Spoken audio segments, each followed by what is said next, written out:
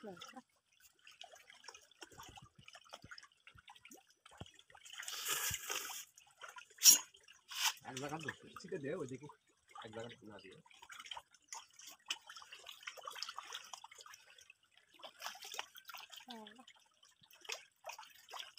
কি এই জায়গায় কার্পু মাছই না, রুই মাছ অন্য অন্য মাছ আছে?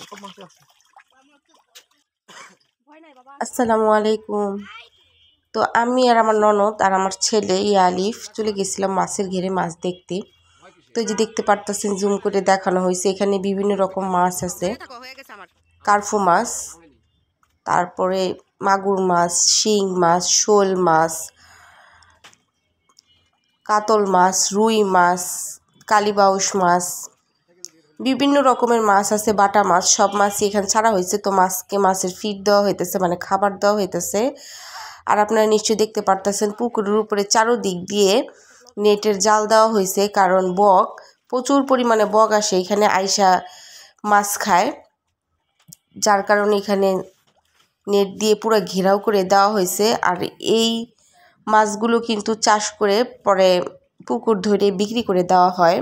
এই ঘেরটা হচ্ছে আমার চাচা শ্বশুরের পুকুর। তো এখানে মাছ চাষ করা হইতাছে। আর আমাদের বিলটা তো আমি আপনাদের দেখাইছি আগের ভিডিওতে, আমাদের বিল থেকেও মাছ ধরা হবে, সেই ভিডিও আমি করে নিয়ে আসছি, সেটাও আমি আপনাদের মাঝে শেয়ার করব। তো এইখানে মাছগুলো খাবার দেওয়া হয় 2 বেলা, রাতে এখানে পাহারাও দেয়।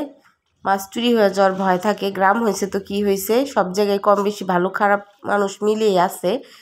তবে আমাদের বিলের থেকে এই পুকুরের যে মানে স্ট্রাকচারটা চারোদিকের আমার কাছে খুবই ভালো লাগে, চারকোনাচ্চা মাঝখানে।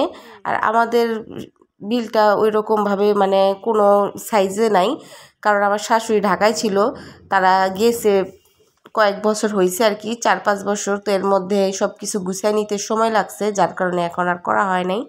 এই হচ্ছে আমার ননদ, তো ও একটু ভিডিও করে নিতেছে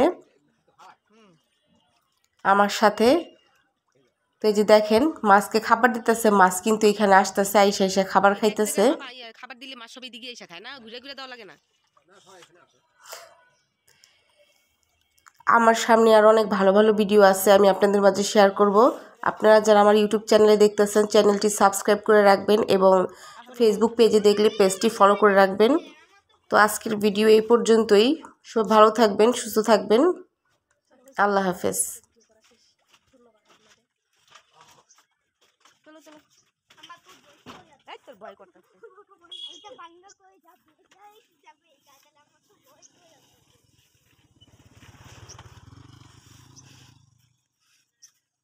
চলো।